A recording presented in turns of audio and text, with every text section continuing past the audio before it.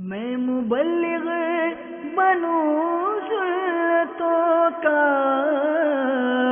خوب چرچا کروں سنتوں کا، ہو کرم بہر خاک مدینہ۔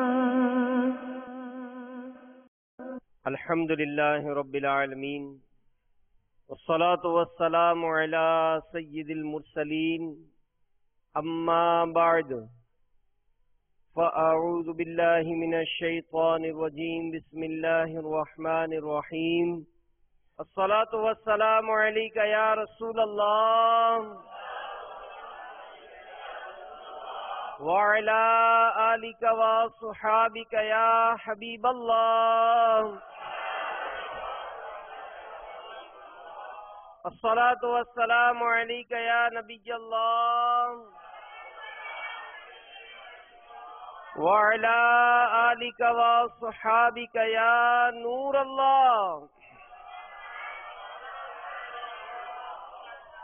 نویت سنت الاعتکاف۔ فرمان مصطفیٰ صلی اللہ تعالی علیہ وآلہ وسلم ہے، نیت المؤمن خیر من عملہ۔ مسلمان کی نیت اس کے عمل سے بہتر ہے۔ اللہ کی رضا پانے، ثواب بڑھانے کے لیے آئیے اچھی اچھی نیتیں کر لیتے ہیں کہ میرے شیخ طریقت امیر اہل سنت عالم نیت حضرت علامہ مولانا ابو بلال محمد الیاس عطار قادری رضوی ضیائی دامت برکاتہم العالیہ فرماتے ہیں کہ نیک عمل بغیر اچھی نیت کے کار ثواب نہیں ہوتا۔ تو میں نیت کرتا ہوں کہ اللہ کی رضا کے لیے، ثواب کمانے کے لیے بیان کروں گا۔ آپ نیت کریں کہ میں اللہ کی رضا پانے، ثواب کمانے کے لیے بیان سنوں گا۔ مدنی چینل کے ناظرین بھی حسب حال نیتیں کرتے جائیے کہ بیان کی تعظیم کی نیت سے جتنا ہو سکا دو زانوں بیٹھ کر خوب کان لگا کر توجہ کے ساتھ اول تا آخر بیان سنوں گا۔ ادھر ادھر دیکھنے، ادھورا بیان سن کر چل پڑنے، باتیں کرنے، ٹیک لگانے، موبائل فون استعمال کرنے سے بھی بچوں گا۔ صلو علی الحبیب، توبو الی اللہ وغیرہ کی صدائیں بلند ہوئیں تو ثواب کمانے اور صدا لگانے والے کی دل جوئی کی نیت سے بلند آواز سے جواب دوں گا۔ صلو علی الحبیب صلی اللہ تعالی علی محمد وعلی آلہ وصحبہ وبارک وسلم۔ حضرت سیدنا سہل بن سعد رضی اللہ تعالی عنہ روایت کرتے ہیں کہ ایک روز سرکار نامدار، رسولوں کے سردار صلی اللہ علیہ وآلہ وسلم باہر تشریف لائے۔ اس موقع پر حضرت سیدنا ابو طلحہ رضی اللہ تعالی عنہ نے آگے بڑھ کر عرض کی، یا رسول اللہ صلی اللہ علیہ وآلہ وسلم، میرے ماں باپ آپ صلی اللہ علیہ وآلہ وسلم پر قربان ہو۔ آج چہرہ مبارک پر خوشی کے آثار معلوم ہو رہے ہیں۔ تو میرے آقا مکی مدنی مصطفیٰ صلی اللہ علیہ وآلہ وسلم نے ارشاد فرمایا کہ بے شک ابھی جبریل امین علیہ السلام میرے پاس آئے تھے اور انہوں نے کہا کہ اے محمد صلی اللہ علیہ وآلہ وسلم، جس نے آپ صلی اللہ علیہ وآلہ وسلم پر ایک بار درود پاک پڑھا، اللہ عز و جل اس کے نامہ اعمال میں 10 نیکیاں ثبت فرمائے گا، 10 گناہ مٹا دے گا اور 10 درجات بڑھا دے گا۔ صلو علی الحبیب صلی اللہ تعالی علی محمد وعلی آلہ وصحبہ وبارک وسلم۔ صلاۃ و سلام علیک یا سیدی یا سیدی یا سیدی یا سیدی یا مکی یا مدنی یا عربی یا قرشی یا ہاشمی یا مطلبی یا رسول اللہ۔ میٹھے میٹھے اسلامی بھائیوں، اللہ عز و جل کی رحمت کتنی بڑی ہے کہ جو پیارے آقا مکی مدنی مصطفیٰ صلی اللہ علیہ وآلہ وسلم پر ایک بار درود پاک پڑھے تو اللہ عز و جل اس کے نامہ اعمال میں 10 نیکیاں لکھ دیتا ہے، 10 گناہ مٹا دیتا ہے اور 10 درجات بلند فرماتا ہے۔ تو یہاں پر غور کیا جائے، اس قدر بڑا ثواب ہے، لیکن ہماری زبانوں سے نہ جانے کتنی فضول باتیں نکلتی ہیں، کیسی بے حیائی کی باتیں بھی نکل جاتی ہیں۔ تو کاش آج کی اس مقدس رات کے صدقے فضول گوئی کی عادت ہماری ترک ہو جائے اور ہماری زبان ہر دم ذکر و درود میں مصروف ہو جائے۔ ذکر و درود ہر گھڑی ورد زبان ہے، ذکر و درود ہر گھڑی ورد زبان ہے، میری فضول گوئی کی عادت نکال دو، میری فضول گوئی کی عادت نکال دو۔ صلو علی الحبیب صلی اللہ تعالی علی محمد وعلی آلہ وصحبہ وبارک وسلم۔ حضرت سیدنا ابراہیم بن ادہم رحمت اللہ تعالی علیہ کی خدمت سراپا عظمت میں ایک شخص حاضر ہوا اور عرض کی کہ علی جا، مجھ سے گناہ بہت سرزد ہوتے ہیں، میں گناہوں سے بچنا چاہتا ہوں، نیک بننا چاہتا ہوں، آپ رحمت اللہ تعالی علیہ مجھے گناہوں کا علاج تجویز فرمائیے۔ تو سیدنا ابراہیم بن ادہم رحمت اللہ تعالی علیہ نے اس شخص کو 6 نصیحتیں ارشاد فرمائیں۔ میرے میٹھے میٹھے اور پیارے پیارے اسلامی بھائیوں، مدنی چینل کے ناظرین، بزرگوں کا بھی بڑا خوب انداز ہوتا ہے کہ بسا اوقات ان کی زبان فیضان اثر سے جو بات نکلتی ہے تو جو خوش نصیب اس کو اپنے دل کے مدنی گلدستے میں سجا کر اس کو جب اپنی زندگی میں نافذ کرتا ہے تو بسا اوقات وہ نصیحتوں کے مدنی پھول اس کی زندگی میں مدنی انقلاب پیدا ہونے کا ذریعہ بن جاتے ہیں۔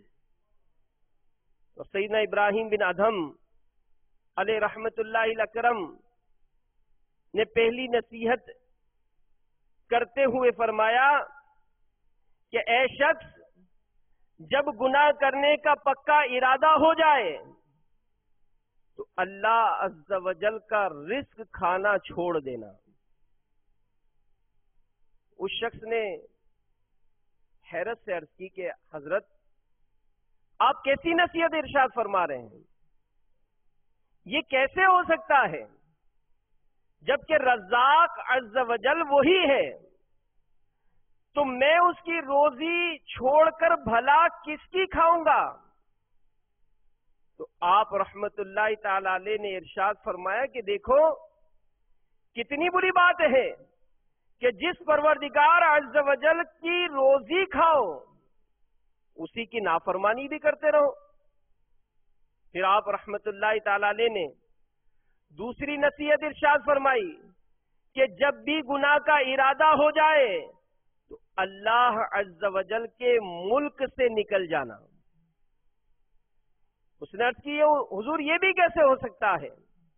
تمام مشرق و مغرب شمال و جنوب، دائیں بائیں، اوپر نیچے، جدھر جاؤں اللہ عز و جل ہی کا ملک پاؤں، اللہ عز و جل کے ملک سے باہر نکلنے کی کوئی صورت نہیں۔ آپ رحمت اللہ تعالی علیہ نے ارشاد فرمایا کہ دیکھو کتنی بری بات ہے کہ اللہ عز و جل کے ملک میں بھی رہو اور اس کی نافرمانی بھی کرو۔ پھر تیسری نصیحت آپ رحمت اللہ تعالی علیہ نے یہ ارشاد فرمائی کہ جب گناہ کرنے کا پختہ ارادہ ہو جائے کہ بس اب گناہ کر ہی ڈالنا ہے تو کر لو، لیکن اپنے آپ کو اتنا چھپا لو کہ اللہ عز و جل دیکھ نہ سکے، چھپ کر گناہ کرنا۔ اس نے حیرت سے عرض کی کہ حضور یہ کیوں کر ممکن ہے؟ اللہ عز و جل مجھے نہ دیکھ سکے، یہ کیوں کر ممکن ہے؟ ارے میرا پروردگار عز و جل تو دلوں کے حوال سے بھی باخبر ہے۔ حضور یہ ممکن نہیں ہے۔ چنانچہ حضرت سیدنا ابراہیم بن ادم علیہ رحمت اللہ الاکرم نے ارشاد فرمایا کہ دیکھو کتنی بری بات ہے کہ جب تم اللہ عز و جل کو سمیع و بصیر بھی تسلیم کرتے ہو اور یہ بھی یقین کے ساتھ کہہ رہے ہو کہ اللہ عز و جل ہر لمحہ مجھے دیکھ رہا ہے، مگر پھر بھی گناہ کیے جا رہے ہو۔ چوتھی نصیحت یہ ارشاد فرمائی کہ جب ملک الموت سیدنا عزرائیل علیہ السلام تمہاری روح قبض کرنے کے لیے تشریف لائیں تو ان سے کہہ دینا کہ تھوڑی سی مہلت دے دیجیے، میں توبہ کر لوں، اس کے بعد میری روح قبض کر لینا۔ اس شخص نے عرض کی کہ حضور میری کیا اوقات، میری سنے کون، موت کا وقت مقرر ہے، اور میں نے علماء سے سنا ہے کہ ایک لمحہ بھی مہلت مل نہ سکے گی۔ جب سیدنا ملک الموت علیہ السلام تشریف لے آئیں گے فوراً روح قبض کر لی جائے گی۔ آپ رحمت اللہ تعالی علیہ نے ارشاد فرمایا کہ جب تم یہ جانتے ہو کہ میں بے اختیار ہوں، توبہ کی مہلت حاصل نہیں کر سکتا، تو فی الحال جو وقت تمہارے پاس ہے اس کو غنیمت جانتے ہوئے ملک الموت سیدنا عزرائیل علیہ السلام کی تشریف آوری سے پہلے توبہ کیوں نہیں کر لیتے؟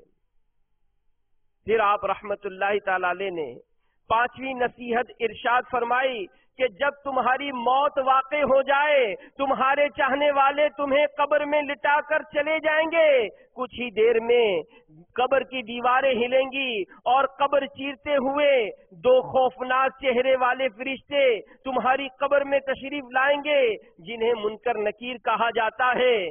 جب وہ داخل ہوں تو انہیں قبر سے ہٹا دینا کہ میں تمہارے سوالات کے جوابات نہیں دیتا۔ اس نے عرض کی علی جا یہ کیا فرما رہے ہیں، میں انہیں کیسے ہٹا سکوں گا، مجھ میں اتنی طاقت کہاں؟ آپ رحمت اللہ تعالی علیہ نے ارشاد فرمایا جب تم نکیرین کو نہیں ہٹا سکتے تو ان کے سوالات کے جوابات دینے کی تیاری ابھی سے کیوں شروع نہیں کر دیتے؟ چھٹی اور آخری نصیحت کرتے ہوئے سیدنا ابراہیم بن ادم علیہ رحمت اللہ الاکرم نے ارشاد فرمایا کہ میدان قیامت میں جب تمہیں جہنم میں ڈالے جانے کا حکم سنا دیا جائے تو اس وقت میدان قیامت میں تم کہہ دینا کہ میں نہیں جاتا۔ اس نے عرض کی کہ حضور وہاں تو مجرموں کو گھسیٹ گھسیٹ کر جہنم میں ڈالا جائے گا۔ تو آپ رحمت اللہ تعالی علیہ نے ارشاد فرمایا جب تمہارا یہ حال ہے کہ تم اللہ عز و جل کی روزی کھانے سے باز نہیں آ سکتے، اس کے ملک سے باہر نہیں نکل سکتے، اس سے نظر بھی نہیں بچا سکتے، نکیرین کو بھی نہیں ہٹا سکتے، اور جہنم کے عذاب کا اگر حکم ہو جائے تو اسے بھی ٹال نہیں سکتے، تو پھر گناہ کرنا ہی چھوڑ دو تاکہ ان مصائب سے محفوظ رہ سکو۔ اس شخص پر سیدنا ابراہیم بن ادم علیہ رحمت اللہ الاکرم کی تجویز کردہ گناہوں کے علاج کے ان 6 نصیحت آموز مدنی پھولوں کی خوشبوؤں نے بہت اثر کیا۔ وہ شخص زاروں کتار رونے لگا، اور اسی وقت اس نے اپنے تمام گناہوں سے سچی توبہ کر لی اور مرتے دم تک توبہ پر قائم رہا.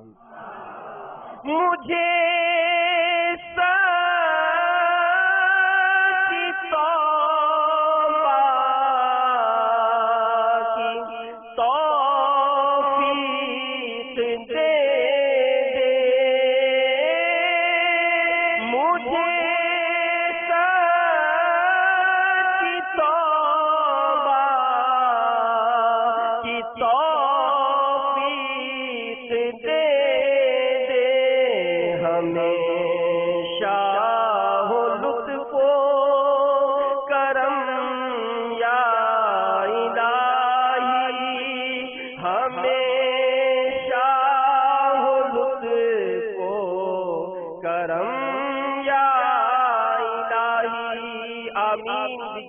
نبی الامین صلی اللہ علیہ وآلہ وسلم. میرے میٹھے میٹھے اور پیارے پیارے اسلامی بھائیوں، مدنی چینل کے ناظرین، بزرگوں کا بھی کیا خوب انداز ہوتا ہے، ان کی بھی کیا خوب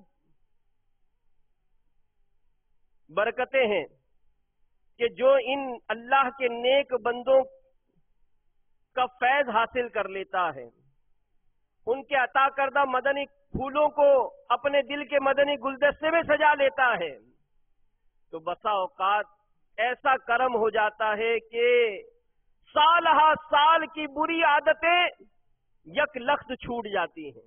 سال ہا سال کی زندگی کا ایک طویل عرصہ گناہوں میں گزرنے کے باوجود جب کسی اللہ والے کی کوئی اچھی بات سنتا ہے، بندہ دل میں بسا لیتا ہے، تو اللہ تعالیٰ ایسا کرم فرما دیتا ہے گویا سارے گناہوں کو نیکیوں سے تبدیل فرما دیتا ہے.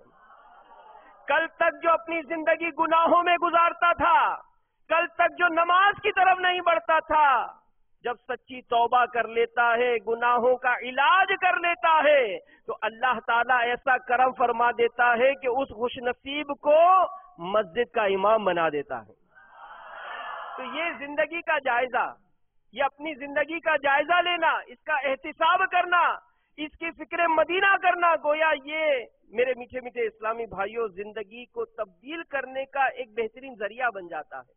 اور پھر دعوت اسلامی کا یہ پیارا پیارا پاکیزہ ماحول کہ جو ہمیں وقتاً فوقتاً ایسے مواقع فراہم کرتا ہے، دعوت اسلامی کا یہ فیضان کہ جیسے ہی ایسی کوئی راتیں نصیب ہوتی ہیں، ایسا کوئی مہینہ نصیب ہوتا ہے، دعوت اسلامی کا مدنی ماحول گویا گناہ گاروں کو بلا بلا کر انہیں اللہ تعالیٰ کی بارگاہ میں جھکنے کے لیے تیار کر دیتا ہے. اور الحمدللہ دعوت اسلامی کے زیر اہتمام ملک بھر میں بلکہ دنیا بھر میں الحمدللہ دعوت اسلامی کے تحت اس طرح کے سیری اجتماعات کا انعقاد کیا جا رہا ہے، اور الحمدللہ یہ برکتیں پائی جا رہی ہیں.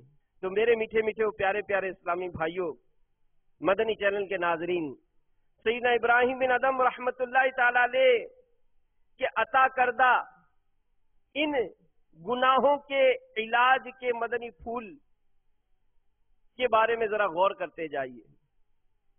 کیا آپ نے اس شخص کو فرمایا کہ اگر گناہ کرنا ہے تو کر لو، مگر اس صورت میں کہ اللہ کا رزق کھانا چھوڑ دو. اور اس نے بھی عرض کی کہ حضور یہ کیسے ممکن ہے کہ اس کا رزق کھانا چھوڑ دوں، میں زندہ کیسے رہوں گا، اسی کا تو کھاتا ہوں، وہی تو مجھے عطا کرتا ہے. تو میرے میٹھے میٹھے اسلامی بھائیوں، ذرا دنیاوی اس مثال سے اس بات کو سمجھیے کہ اگر ہم کسی کو کچھ کھلا دیں، مثال اگر کوئی سیٹھ یہاں پر بیٹھا ہے، مدنی چینل کے ناظرین میں اگر کوئی ایسا کاروبار کرتا ہے کہ اس کے تحت کچھ ملازم کام کرتے ہیں، چند 100 روپے اگر ہم اس کو تنخواہ کے دیتے ہیں، تو ہماری ڈیمانڈ ہوتی ہے کہ ٹائم پر آنا. 9 بجے ہمارا کارخانہ کھلتا ہے، آفس کھلتا ہے، فیکٹری کھلتی ہے، ہم اپنے ملازم کو 9 بجے بلاتے ہیں. اب ملازم 9 بجے کی جگہ 12 بجے آئے تو ایک دفعہ آئے گا، 2 دفعہ آئے گا، پھر ہم اس کو نوٹس دیں گے، بھائی آنا ہے تو ٹائم پر آؤ ورنہ آپ کی چھٹی. یہی ہوتا ہے.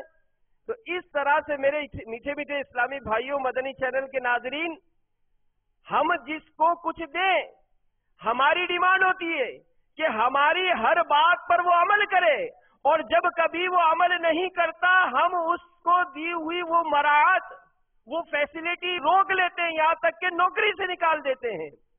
اور جو رب عز و جل ہمیں کھلاتا ہے، ہمیں عطا فرماتا ہے، دیکھنے کو آنکھیں عطا فرمائی، سننے کو کان عطا فرمائے، بولنے کو زبان عطا فرمائی، کام کرنے کو ہاتھ عطا فرمائے، چلنے کو پاؤں عطا فرمائے، نہ جانے کیسی کیسی نعمتیں اس رب عز و جل نے عطا فرمائی، اور ہمیں ارشاد فرمایا کہ نمازوں کی پابندی ضروری ہے۔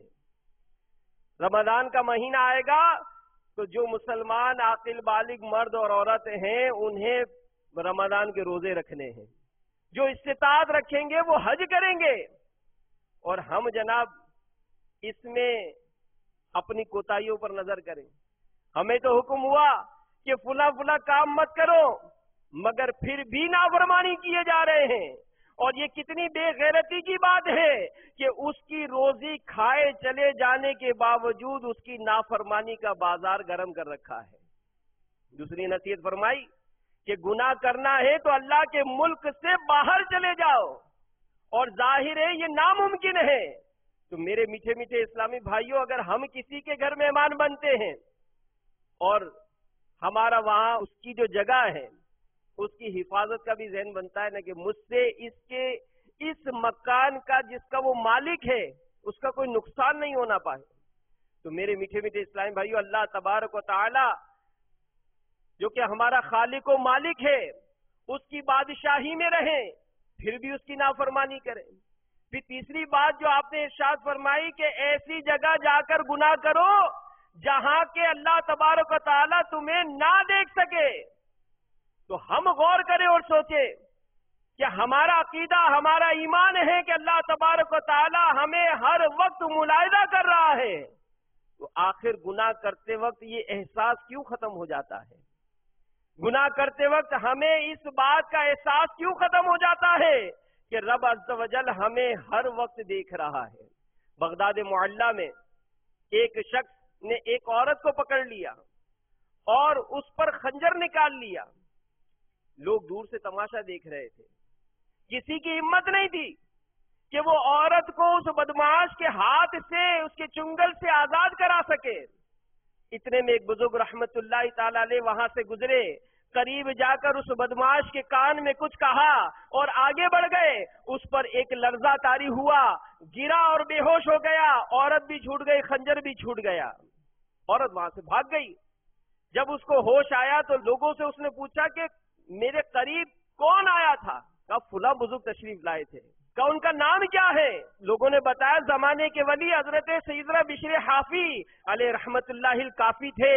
وہ بولا حضرت بشر حافی میرے قریب آئے، میرے کان میں کہا کہ تیرے اس فعل کو اللہ تبارک و تعالی دیکھ رہا ہے۔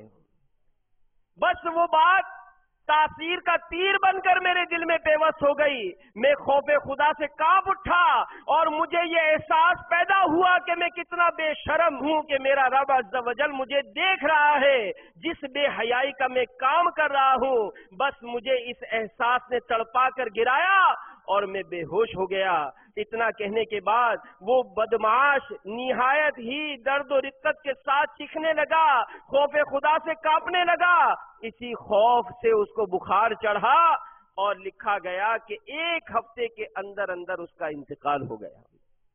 میرے میٹھے میٹھے اور پیارے پیارے اسلامی بھائیوں، مدنی چینل کے ناظرین، واقعی اگر کسی کے اندر یہ احساس اجاگر ہو جائے کہ گناہ کرتے وقت میرا پالنے والا مجھے دیکھ رہا ہے، جھوٹ بول رہا ہوں، میرا رب عز و جل مجھے دیکھ رہا ہے، میں گندی گندی فلمیں، بے حیائی کے مناظر دیکھ رہا ہوں، میرا رب عز و جل مجھے دیکھ رہا ہے، میں گالیاں بک رہا ہوں، میرا رب عز و جل مجھے دیکھ رہا ہے، میں رشوت کا لین دین کر رہا ہوں، میرا رب عز و جل مجھے دیکھ رہا ہے، میں بدمعاشی کر رہا ہوں، لوگوں کو ستا رہا ہوں، لوگوں پر ظلم کر رہا ہوں، میرا رب عز و جل مجھے دیکھ رہا ہے۔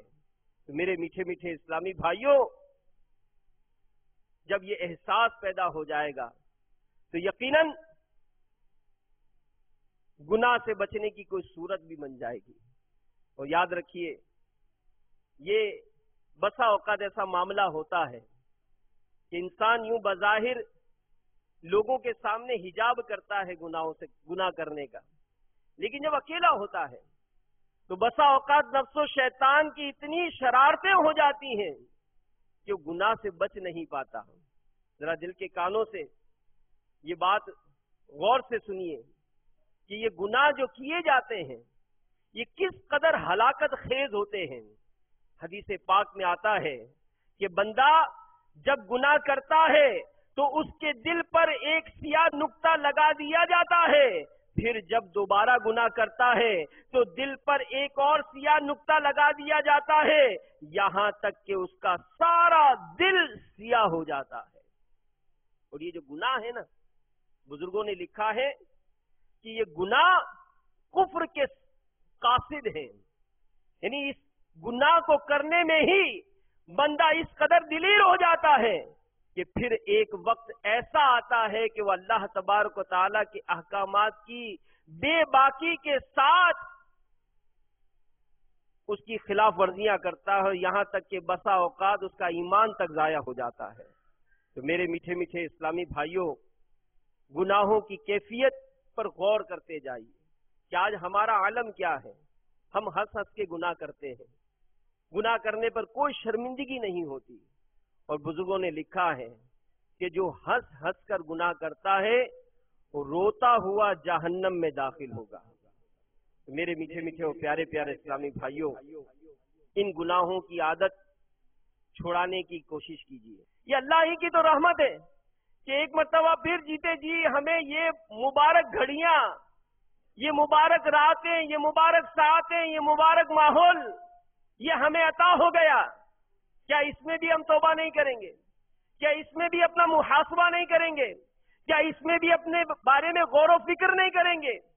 کہ اگر اب بھی میں نے اپنے اندر کوئی تبدیلی پیدا نہیں کی، اب بھی اپنا کوئی احتساب نہیں کیا، تو کہیں ایسا نہ ہو کہ اس غفلت کی چادر تانے جو میں سویا ہوں، تو کہیں ایسا نہ ہو کہ میں سویا ہی رہ جاؤں اور بغیر توبہ کیے کہیں دنیا سے چلا جاؤں۔ تو میرے میٹھے میٹھے اسلامی بھائیوں، ہمارے اسلاف اور بزرگان دین ان گناہوں کے بارے میں فکر رکھا کرتے تھے۔ حضرت ہلال بن سعد رحمت اللہ تعالی علیہ فرماتے کہ گناہ کے چھوٹا ہونے کو نہ دیکھو۔ بعض اوقات ہوتا ہے کہ ہم اگر جماعت سے نماز پڑھتے ہیں اور جماعت ہماری چھوٹ رہی ہوتی ہے، احساس نہیں ہوتا کہ یہ بھی گناہ ہے، بلا عذر شرعی جماعت بھی نہیں چھوڑنی چاہیے۔ پھر نمازیں قضا ہوتی ہیں، بسا اوقات احساس نہیں ہوتا کہ اس سے کیا فرق پڑتا ہے۔ کبھی کوئی ایسی گفتگو ہو گئی، زبان سے جھوٹ نکل گیا، احساس ہوا جھوٹ بولا ہے، لیکن پھر ہوتا ہے یار معمولی سے تو بات ہے۔ تو ہلال بن سعد رحمت اللہ تعالی علیہ فرماتے ہیں کہ گناہ کے چھوٹا ہونے کو نہ دیکھو، بلکہ یہ دیکھو کہ تم کس کی نافرمانی کر رہے ہو۔ رب عز و جل اگر ناراض ہو گیا تو کہیں ایسا نہ ہو کہ ہم پر عذاب مسلط ہو جائے۔ جی ہاں، یہ گناہ ہی تو تھے کہ جن کے سبب قوموں پر عذاب نازل ہوئے، یہ گناہ ہی تو ہوتے ہیں کہ جس کے سبب زلزلے آتے ہیں، زمین پھٹ جاتی ہے اور لاکھوں لاکھ افراد جو ہے وہ زمین میں دھسا دیے جاتے ہیں۔ یہ گناہ ہی تو تھے کہ جن کے سبب پچھلی قوموں پر پتھروں کی بارشیں برسائی گئیں۔ یہ گناہ ہی تو تھے کہ جن کے سبب پچھلی قوموں پر آگ کی بارشیں ہوئیں۔ یہ گناہ ہی تو ہوتے ہیں کہ جن کے سبب بسا اوقات ایسے سیلاب آتے ہیں کہ بستیاں کی بستیاں اجاڑ دی جاتی ہیں۔ یہ گناہ ہی تو ہوتے ہیں کہ جن کے سبب دیکھتے ہی دیکھتے آنن پانن پورے کے پورے جزیرے جو ہے وہ طوفانوں کی نظر ہو جاتے ہیں۔ میرے میٹھے میٹھے اور پیارے پیارے اسلامی بھائیوں، توبہ کر لیجیے۔ اللہ کی رحمت بہت بڑی ہے کہ توبہ کرنے والے سے اللہ تبارک و تعالی بہت خوش ہوتا ہے۔ علماء اس کی تائید میں کئی روایات بیان فرماتے ہیں کہ جب کوئی گناہگار اپنے گناہوں پر شرمندہ ہو کر رب تعالی عز و جل کی بارگاہ میں توبہ کرتا ہے، اللہ تبارک و تعالی اس کی توبہ کو قبول فرماتا ہے۔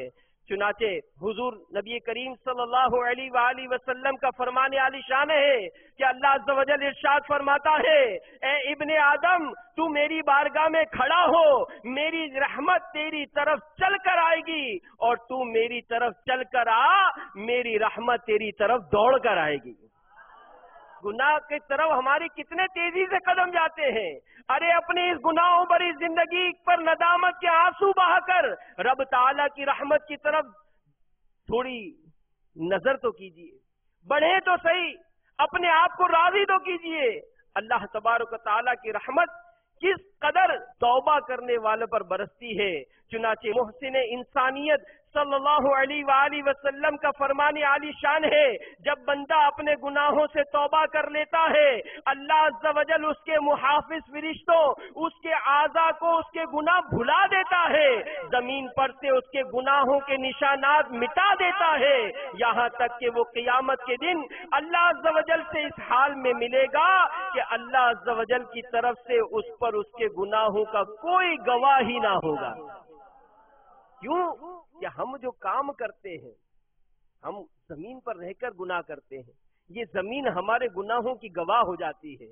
ہم کمرے میں پردے ڈال کر گناہ کر رہے ہیں، یہ کمرے کی در و دیوار، یہ اشیاء ہمارے گناہوں کی گواہ ہو جائیں گی۔ اور علماء نے یہاں تک لکھا کہ قیامت کے دن بندے کی زبان پر مہر لگا دی جائے گی، ان آنکھوں سے گناہ کیے ہوں گے، یہ آنکھیں گناہوں کی گواہی دیں گی، یہ کانوں سے گناہ کیے ہوں گے، یہ کان گناہوں کی گواہی دے رہے ہوں گے، یہ ہاتھ گناہوں کی گواہی دے رہے ہوں گے، یہ پاؤں گناہوں کی گواہی دے رہے ہوں گے۔ کیسی بے بسی کا عالم ہوگا، کیسی شرمندگی ہوگی کہ شرمندہ ہو کر انسان پانی پانی ہو رہا ہوگا۔ لیکن وہ بندہ وہ کس قدر خوش نصیب ہے کہ جو دنیا میں ہی گناہوں سے توبہ کر لے گا۔ تو روایت میں ہم نے سنا کہ قیامت کے دن اللہ کی بارگاہ میں اس حال میں حاضر ہوگا کہ اللہ عز و جل کی طرف سے اس پر اس کے گناہوں کا کوئی گواہ ہی نہ ہوگا۔ تو میرے میٹھے میٹھے اسلامی بھائیوں، ہمت کیجیے۔ بسا اوقات یہ شیطان، یہ مردود ہمیں گناہوں پر اس قدر دلیر کر دیتا ہے۔ بسا اوقات انسان سوچتا ہے تو یہ خیال ہوتا ہے کہ یار اتنی زندگی گناہوں میں گزار لی، اب میرا کیا بنے گا، اب میری توبہ کیسے قبول ہوگی۔ سنیے سنیے، رحمت کونین، ہم غریبوں کے دل کے چین، صلی اللہ علیہ وآلہ وسلم کا فرمان عالی شان ہے، اگر تم اتنے گناہ کرو کہ وہ آسمان تک پہنچ جائیں، پھر اللہ عز و جل سے توبہ کرو تو اللہ تعالیٰ تمہاری توبہ قبول فرمائے گا۔ تاجدار رسالت صلی اللہ علیہ وآلہ وسلم کا فرمان عالی شان ہے، انسان کے لیے سعادت ہے کہ اس کی عمر طویل ہو اور اللہ عز و جل اسے توبہ کی توفیق عطا فرما دے۔ میرے میٹھے میٹھے اسلامی بھائیوں، توبہ کیا ہے یہ بھی سنتے چلیے کہ بسا اوقات جب کوئی بات سنتے ہیں تو فوراً گال پر ہنستے ہنستے ہی چپت مار لیتے ہیں، توبہ توبہ کو پکار لیتے ہیں۔ یہ توبہ نہیں ہے۔ توبہ کا طریقہ یہ ہے کہ اگر گناہ سرزد ہو جائے اسے دل میں برا سمجھے، کاش لرزہ طاری ہو، شرم آئے کہ میں نے یہ کام کیوں کیا، ذہن بھی بن جائے اور پکا عہد ہو کہ آئندہ کبھی یہ گناہ نہیں کروں گا۔ گناہ سے توبہ کرنے کے یہی معنی ہے، لہذا کیے ہوئے گناہ پر دل میں بیزاری اور شرمندگی اور آئندہ گناہ نہ کرنے کے پختہ ارادے کے ساتھ مثلا بد نگاہی کی تو عرض کرے، یا اللہ عز و جل مجھ سے بد نگاہی کا گناہ سرزد ہو گیا، اس سے توبہ کرتا ہوں اور عہد کرتا ہوں کہ آئندہ یہ گناہ نہیں کروں گا۔ تو میرے میٹھے میٹھے اسلامی بھائیوں، اگر توبہ نہیں کی اور اسی حال میں مر گئے، کیونکہ موت کا تو کوئی بھروسہ ہی نہیں ہے، کئی ایسے واقعات ہمارے آنکھوں کے سامنے ہو جاتے ہیں کہ دیکھتے ہی دیکھتے چند ایک منٹوں میں ہی بیسیوں سینکڑوں کی ہلاکتوں کی خبریں ہم سنتے رہتے ہیں، اور بسا اوقات ایسے واقعات بھی ہوتے کہ ساتھ رہنے والا شام کو جب اپنے گھر گیا تو جناب پتہ چلتا ہے کہ اس کا انتقال ہو گیا۔ ایسے کئی واقعات ہم اکثر سنتے۔ کل ہی ایک اسلامی بھائی مجھے بتانے لگے کہ ایک مطلب کچھ تاجر حضرات تھے، وہ کہیں جمع تھے، رات 4 بجے ایک ایسا تاجر جو بیمار ہی نہیں تھا، باقی تاجر جو تھے بیمار ہوتے تھے، وہ تاجر بیمار بھی نہیں ہوتا تھا، بالکل صحت مند، اس کو مطلب گھر پر چھوڑا اور 5 بجے اس کے گھر سے فون آیا کہ اس کا انتقال ہو گیا ہے۔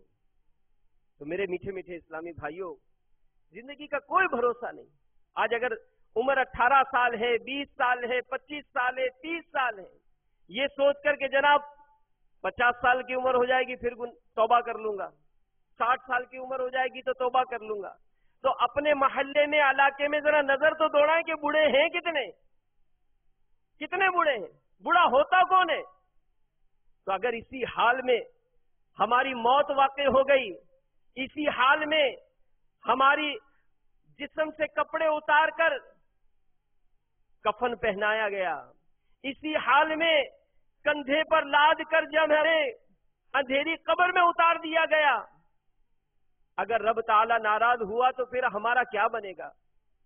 میرے میٹھے میٹھے اسلامی بھائیوں، اللہ کی رحمت بہت بڑی ہے کہ رب تعالی کی بارگاہ میں جب توبہ کرتا ہے بندہ، اللہ تعالیٰ اس کے گناہوں کو معاف فرما دیتا ہے۔ تو میرے میٹھے میٹھے اسلامی بھائیوں، مدنی چینل کے ناظرین،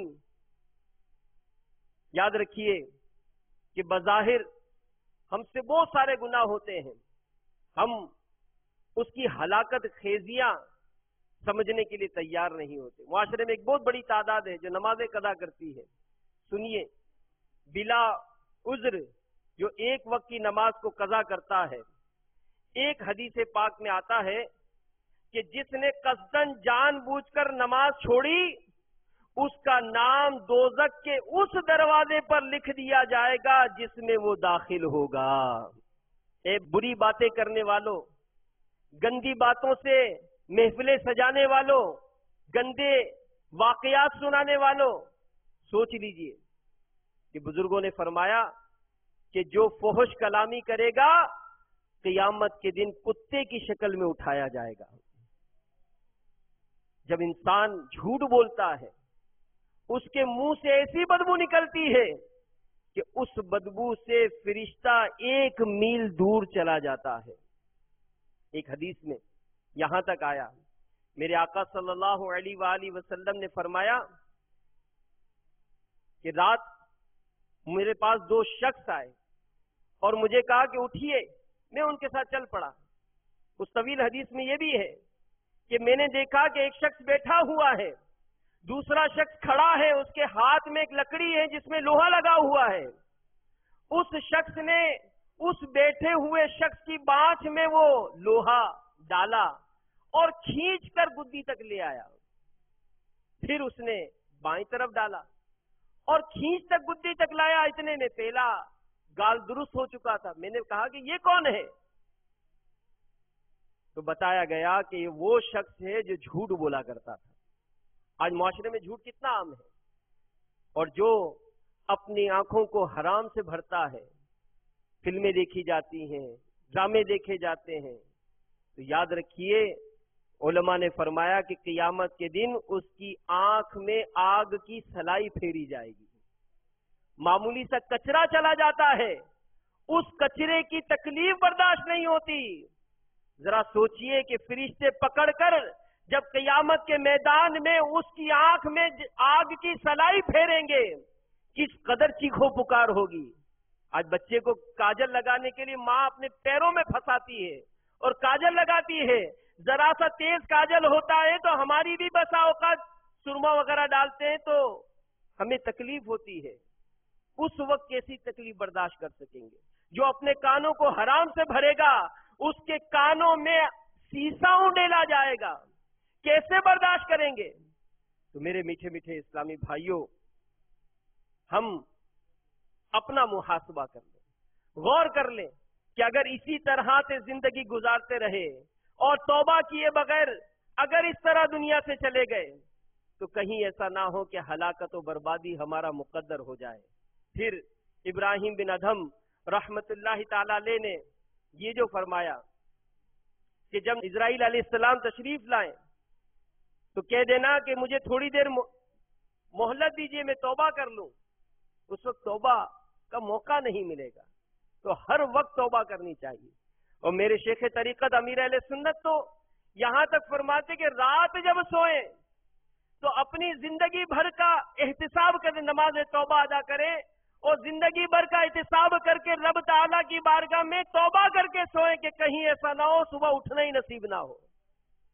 جب قبر میں ڈالا جاتا ہے مردے کو تو یہ بھی ہم بیان کرتے ہیں، سنتے ہیں کہ سوالات ہوں گے.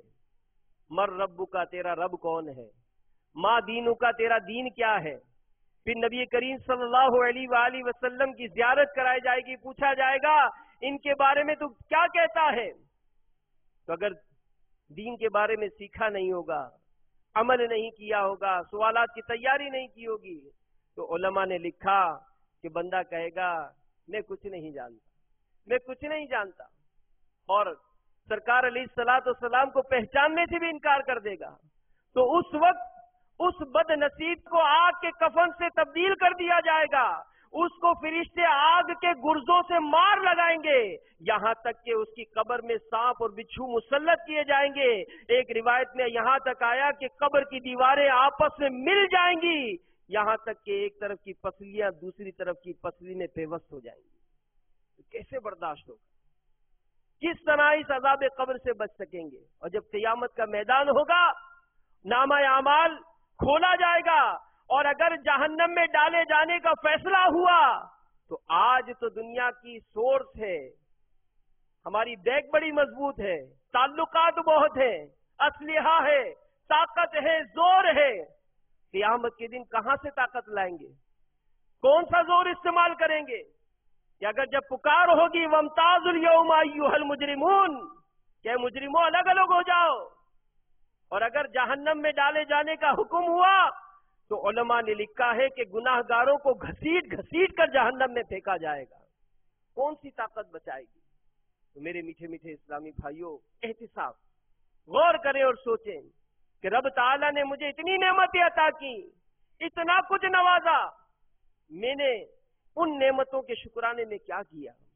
اور جب انسان سوچتا ہے، جب احتساب کرتا ہے، تو بسا اوقات اس کی زندگی میں ایسا زبردست مدنی انقلاب برپا ہو جاتا ہے کہ وہ جو کل تک معاشرے کا ایک بگڑا ہوا فرد کہا جاتا تھا، آج معاشرے کی اصلاح کا بھی ذریعہ بن جاتا ہے. باب المدینہ کراچی ہی کے علاقے کیماڑی ایک اسلامی بھائی کا بیان ہے کہ عرصے دراز سے گناہوں کے مرض میں مبتلا تھا، بات بات پر گالی گلوچ، لڑائی جھگڑا، دنگا فساد جیسی ناپسندیدہ حرکتیں میری عادت میں شامل ہو چکی تھی. فلمیں ڈرامے دیکھنے، گانے باجے سننے کا شوق جنون کی حد تک تھا. میری اصلاح کی سبیل کچھ اس طرح بنی، ایک بنگلے پر بطور ڈرائیور ملازمت کرتا تھا. ایک دن کام سے فارغ ہو کر ٹی وی روم میں بیٹھ گیا، وہاں مجھے بذریعہ مدنی چینل شیخ طریقت امیر اہل سنت بانی دعوت اسلامی حضرت علامہ مولانا ابو بلال محمد الیاس ستار قادری رضوی دامت برکاتہم العالیہ کا سنتوں بھرا بیان سننے کی سعادت حاصل ہوئی. میں نے اس بیان کو توجہ سے سنا جس نے مجھے سرتا پا ہلا دیا. مجھے گناہوں بھری زندگی گزارنے پر ندامت ہونے لگی. میں نے اللہ عز و جل کی بارگاہ میں سچے دل سے توبہ کی اور راہ سنت کو اپنا لیا. جب امیر اہل سنت نے ماہ رمضان مبارک کے 30 دن کے تربیتی اعتکاف کی ترغیب دلائی تو آپ دامت برکاتہم العالیہ کی آواز پر لبیک کہتے ہوئے میں نے 30 دن کے تربیتی اعتکاف کی نیت کر لی اور تادم تحریر الحمدللہ عز و جل اس نیت کو عملی جامہ پہنانے کے لیے دعوت اسلامی کے عالمی مدنی مرکز فیضان مدینہ میں حاضر ہوں. جس وقت مدنی بہار لکھی وہ شخص جو نماز تک نہیں پڑھتا تھا اللہ کی رحمت شامل حال ہو گئی، 30 دن کا معتکف بن گیا، سنتوں کا پابند بن گیا. تو میرے میٹھے میٹھے اسلامی بھائیوں، مدنی چینل کے ناظرین ہمت کیجئے اور اللہ تبارک و تعالیٰ کی بارگاہ میں یہ عزم کیجئے، یہ ارادہ کیجئے کہ انشاءاللہ عز و جل آج کے بعد میری کوئی نماز قضا نہیں ہوگی. انشاءاللہ عز و جل ماہ رمضان کا کوئی روزہ قضا نہیں ہوگا. جھوٹ نہیں بولیں گے، گالی گلوچ نہیں کریں گے، فلمیں ڈرامے نہیں دیکھیں گے، گانے باجے نہیں سنیں گے، ماں باپ کی فرما برداری کریں گے انشاءاللہ، لوگوں کے ساتھ اس نے سلوک سے پیش آئیں گے انشاءاللہ، نیکی کی دعوت عام کرتے جائیں گے انشاءاللہ، دعوت اسلامی کے مدنی قافلوں میں سفر کرتے رہیں گے انشاءاللہ، مدنی انعامات کے مطابق اپنی زندگی گزاریں گے۔ آئیں تو صحیح راہ خدا عز و جل کے مسافر بن کر تو دیکھیے کہ اللہ تعالیٰ کی کیسی رحمتیں نازل ہوتی، کس قدر برکتیں ملتی ہیں۔ ہمارے ایک اسلام بھائی جو نیپال پہنچے ہیں، وہاں سے انہوں نے میسج بھیجا کہ 6 کفار پر انفرادی کوشش کر رہے تھے صبح سے، اور شام تک الحمدللہ وہ 6 کے 6 کافر مسلمان ہو گئے، اور پھر جب وہ کافر مسلمان ہوئے تو ایک کافرہ اپنے 4 بچوں سمیت حاضر ہوئی اور وہ بھی مسلمان ہو گئی۔ تو دعوت اسلامی کا الحمدللہ یوں فیضان ہے، یوں برکتیں ملتی ہیں کہ آپ آئیں تو صحیح، ہو سکتا ہے کہ آپ کے نصیب میں بھی کوئی بڑا کام لکھا ہوا ہو۔ آپ دیکھیے مدنی چینل پر دیکھتے جائیں کہ الحمدللہ کم و بیش 80 سے زائد شعبہ جات میں دعوت اسلامی سنتوں کی خدمت کر رہی ہے۔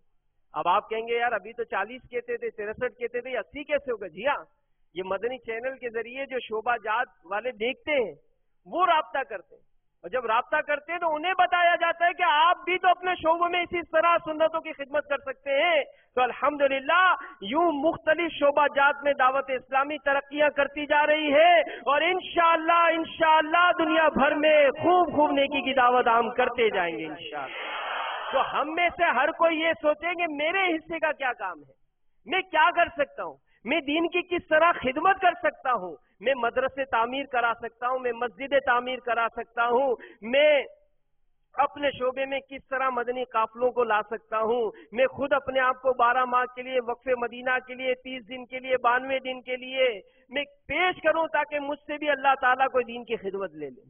تو ہر کوئی اس طرح احتساب کرے، مدنی چینل کے ناظرین بھی احتساب کرتے جائیں کہ زندگی گزرنے کو تو گزر ہی جائے گی، انشاءاللہ سنتوں کی خدمت کرتے ہوئے، مسجد آباد کرتے ہوئے، مدرسے تعمیر کرتے ہوئے، جیلوں میں خدمت کرتے ہوئے، اسلامی بہنوں میں اگر وہ مدنی کام کرتی جائیں تو جس طرح دعوت اسلامی مختلف شعبہ جات میں سنتوں کی خدمت کر رہا ہے، تو اگر کوئی مبلغ دعوت اسلامی جو عاشق رسول سنتوں کی خدمت کرتے کرتے دنیا سے جائے گا، اگرچہ وہ دنیا سے تو چلا جائے گا لیکن جن مسجدوں کو آباد کیا ہوگا اس میں جو نمازیں پڑھتے جائیں گے انشاءاللہ اس کو وہ قبر میں ثواب ملتا جائے گا۔ اسلامی بہنیں غور کریں، آپ کی کوششوں سے جن اسلامی بہنوں نے پردے کی نیت کی، پردہ اپنا لیا، آپ اگر دنیا سے چلی بھی گئیں، جب تک وہ اسلامی بہن عمل کرتی جائے گی انشاءاللہ آپ کو ثواب بھی ملتا جائے گا۔ دعوت اسلامی قرآن پاک کی تعلیم عام کر رہی ہے، آپ قرآن پاک سیکھے ہوئے ہیں، آئیے مدرسۃ المدینہ بالغان کے ذریعے آپ بھی قرآن پڑھانا شروع کر دیجئے۔ جب تک، کیونکہ زندگی کا کوئی بھروسہ نہیں، آپ دنیا سے چلے بھی گئے، جب تک آپ کے پیچھے وہ لوگ جن کو آپ نے قرآن سکھایا تھا قرآن پڑھتے جائیں گے، آپ کو قبر میں ثواب ملتا جائے گا۔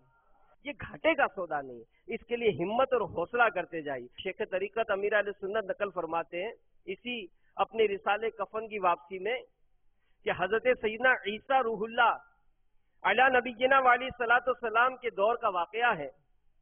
ایک شخص مدت سے کسی عورت پر عاشق تھا، ایک بار اس نے اپنی معشوقہ پر قابو پا لیا، لوگوں کی ہلچل سے اس نے اندازہ لگایا کہ لوگ چاند دیکھ رہے ہیں۔ اس نے اس عورت سے پوچھا کہ لوگ کس ماہ کا چاند دیکھ رہے ہیں؟ اس عورت نے کہا کہ رجب کا۔ یہ شخص حالانکہ کافر تھا مگر رجب شریف کا نام سنتے ہی تعظیماً فوراً الگ ہو گیا اور بدکاری سے باز رہا۔ سیدنا عیسیٰ روح اللہ علی نبینا علیہ الصلوۃ والسلام کو حکم ہوا ہمارے فلاں بندے کی زیارت کو جاؤ، آپ تشریف لے گئے۔ اللہ عز و جل کا حکم اور اپنی تشریف آوری کا سبب بیان فرمایا، یہ سنتے ہی اس کا دل نور اسلام سے جگمگا اٹھا اور اس نے فوراً اسلام قبول کر لیا۔ میٹھے میٹھے اسلامی بھائیوں، مدنی چینل کے ناظرین، دیکھیے آپ نے رجب کی بہاریں کہ رجب المرجب کی تعظیم کر کے ایک کافر کو ایمان کی دولت نصیب ہو گئی، تو جو مسلمان ہو کر رجب المرجب کا احترام کرے گا اس کو نہ جانے کیا کیا انعام ملے گا۔ تو ماہ رجب کی آمد ہو گئی، انشاءاللہ عز و جل جس سے ممکن ہوگا انشاءاللہ ماہ رجب میں خوب نفلی روزے بھی رکھا کریں گے انشاءاللہ۔ تو جن سے ممکن ہو مدنی چینل کے ناظرین بھی نیت کر لیں کہ انشاءاللہ رجب کے اس مہینے کی آمد میں ہی انشاءاللہ ہم رجب میں بھرپور عبادت کیا کریں گے، اس کی راتوں کو بھی ضائع نہیں کرنا۔ انشاءاللہ راتوں کو بھی اجتماعات کے ذریعے انشاءاللہ یہ جیسے رجب کے اجتماعات تو مدنی چینل پر نشر ہو رہے ہیں، یہ اجتماع روزانہ مختلف مساجد سے یہ ٹیلی کاسٹ ہوا کریں گے، تو جو مدنی چینل کے ناظرین ہیں وہ روزانہ اس کی برکتیں حاصل کریں۔ تو بہرحال میرے میٹھے میٹھے اور پیارے پیارے اسلامی بھائیوں، کئی ایسے افراد ہوں گے جو پچھلے سال ہمارے ساتھ تھے، اس سال نہیں ہے، آئندہ سال نہ جانے ہمارا کیا ہوگا، ہم بھی ہوں گے یا نہیں ہوں گے۔